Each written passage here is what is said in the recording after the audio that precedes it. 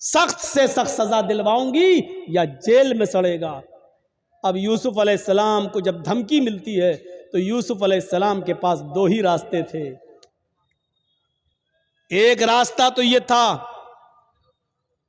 مصیبت کا، اس عورت کی بات نہ مانیں اور جیل میں چلے جائیں، یہ مصیبت کا راستہ تھا۔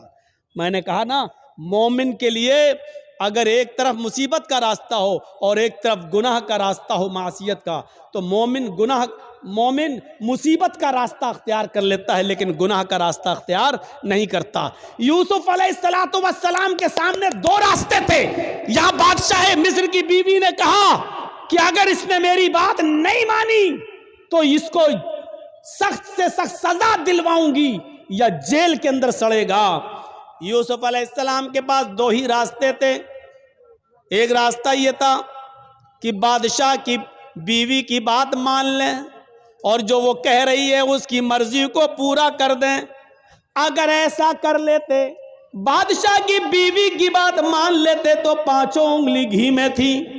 بادشاہ کی بیوی ان کو بچاتی بھی، بادشاہ کی بیوی ان کا خیال بھی رکھتی، بادشاہ کی بیوی ان کو تنہائی کا موقع بھی دیتی، بادشاہ کی بیوی ان کی عزت و تکریم بھی کرتی، بادشاہ کی بیوی ان کو اچھی طریقے سے ان کی حفاظت بھی کرتی، سب کچھ کرتی اور جو وہ چاہتے وہ ان کو ملتا رہتا۔ لیکن یہ راستہ گناہ کا راستہ تھا، یہ راستہ معصیت کا راستہ تھا۔ اب دوسرا راستہ یوسف علیہ السلام کے سامنے یہ تھا کہ میں اس غلط راستے پر نہیں چلوں گا۔ تو وہ عورت کہہ رہی ہے میں جیل میں ڈلوا دوں گی، میں سخت سے سخت سزا دلواؤں گی۔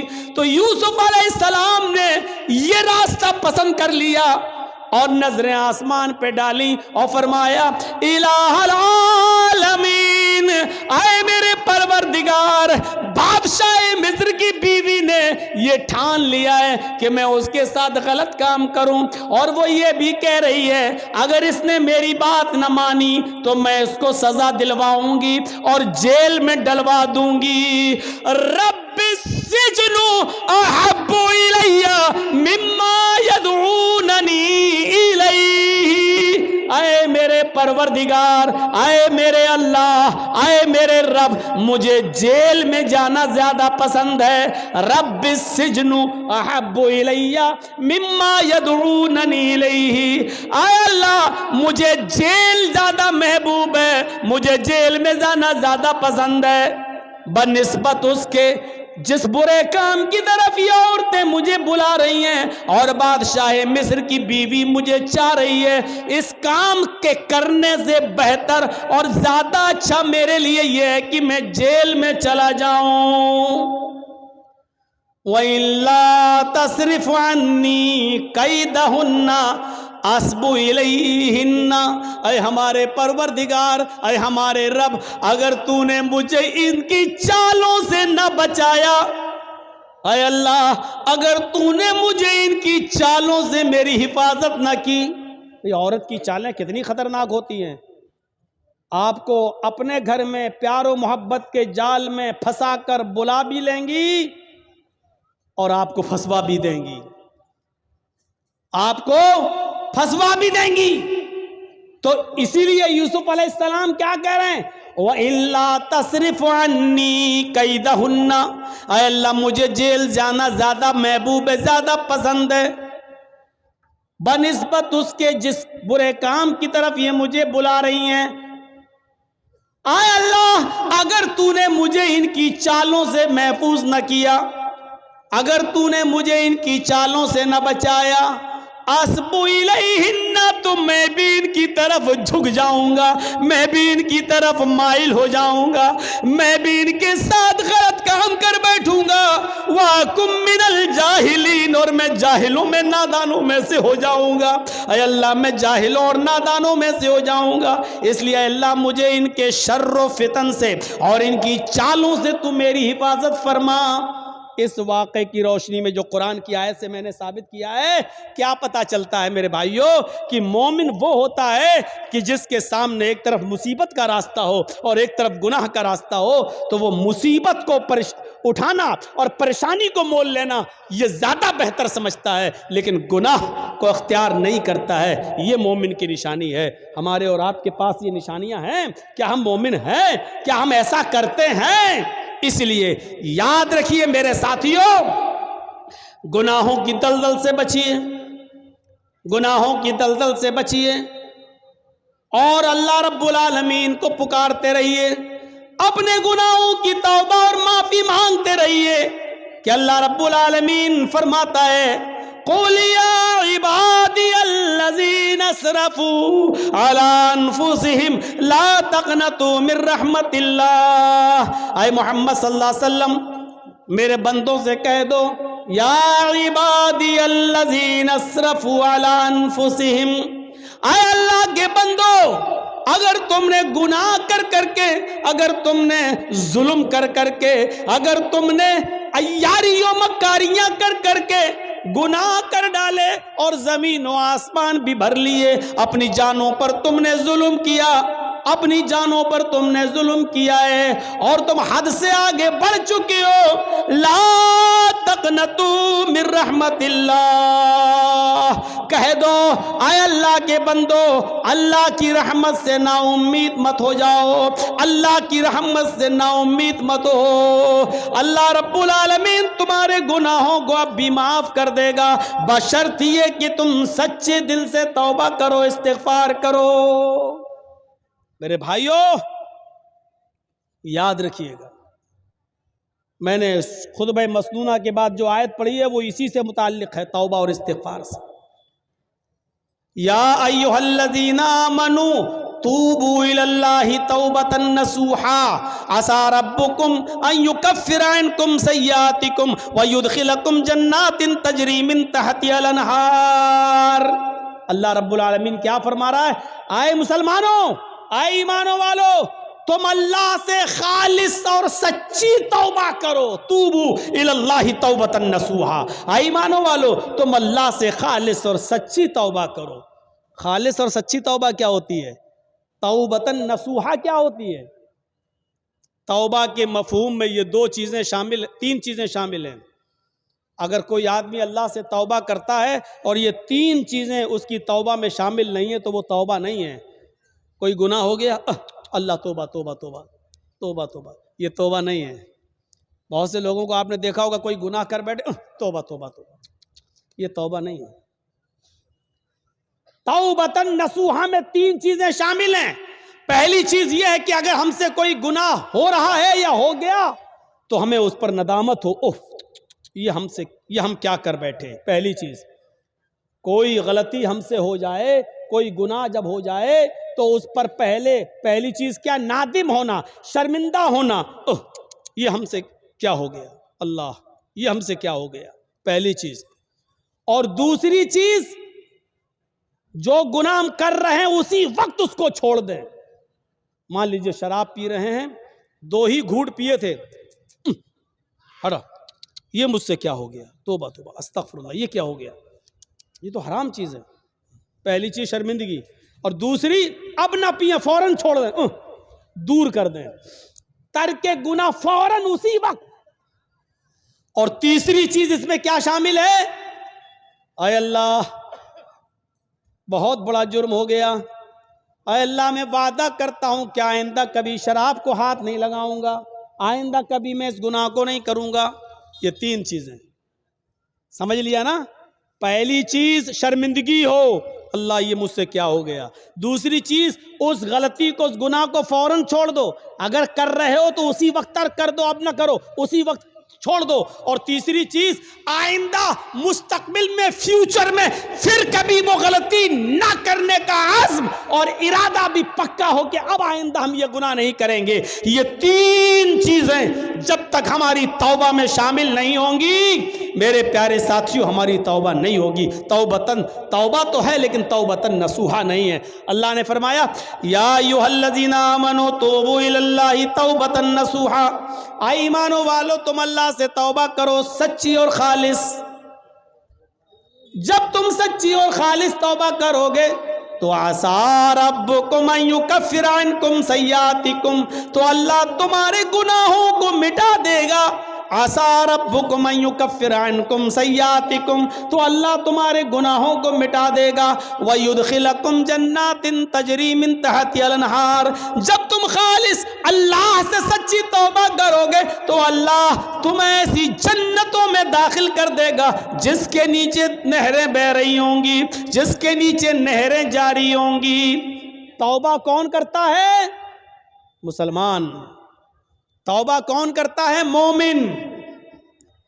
کیونکہ اللہ تبارک و تعالیٰ نے انسان کو دونوں صلاحیتیں دے کر بھیجا ہے.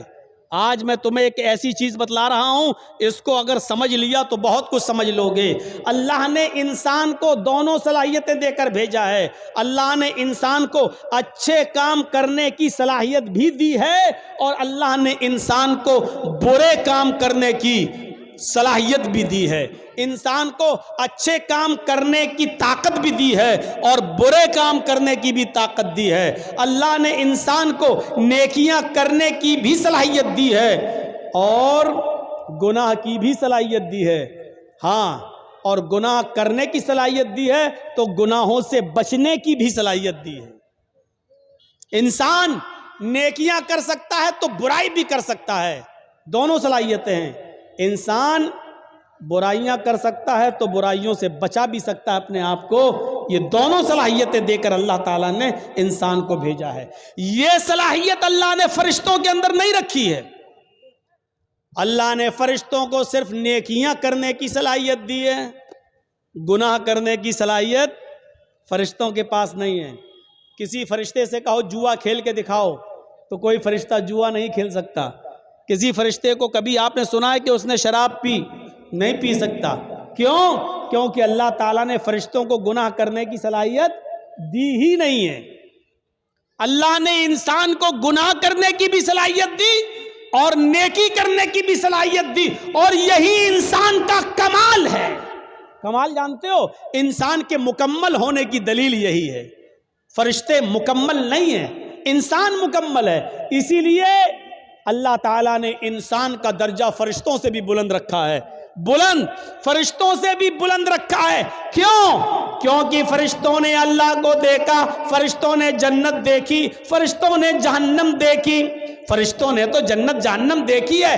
اگر وہ اللہ کی ہر وقت عبادت کرتے ہیں تو یہ کوئی کمال نہیں ہے. کمال تو یہ ہے کہ ہم نے اور آپ نے اور مسلمانوں نے جنت نہیں دیکھی پھر بھی جنت میں جانے کی خواہش، جہنم نہیں دیکھی پھر بھی جہنم سے بچنے کی خواہش، جہنم نہیں دیکھی پھر بھی دعا کرتے ہیں ربنا آتنا فی الدنیا حسنۃ وفی الآخرۃ حسنۃ وقنا عذاب النار. اے اللہ ہم کو دوزخ کے عذاب سے بچا لے.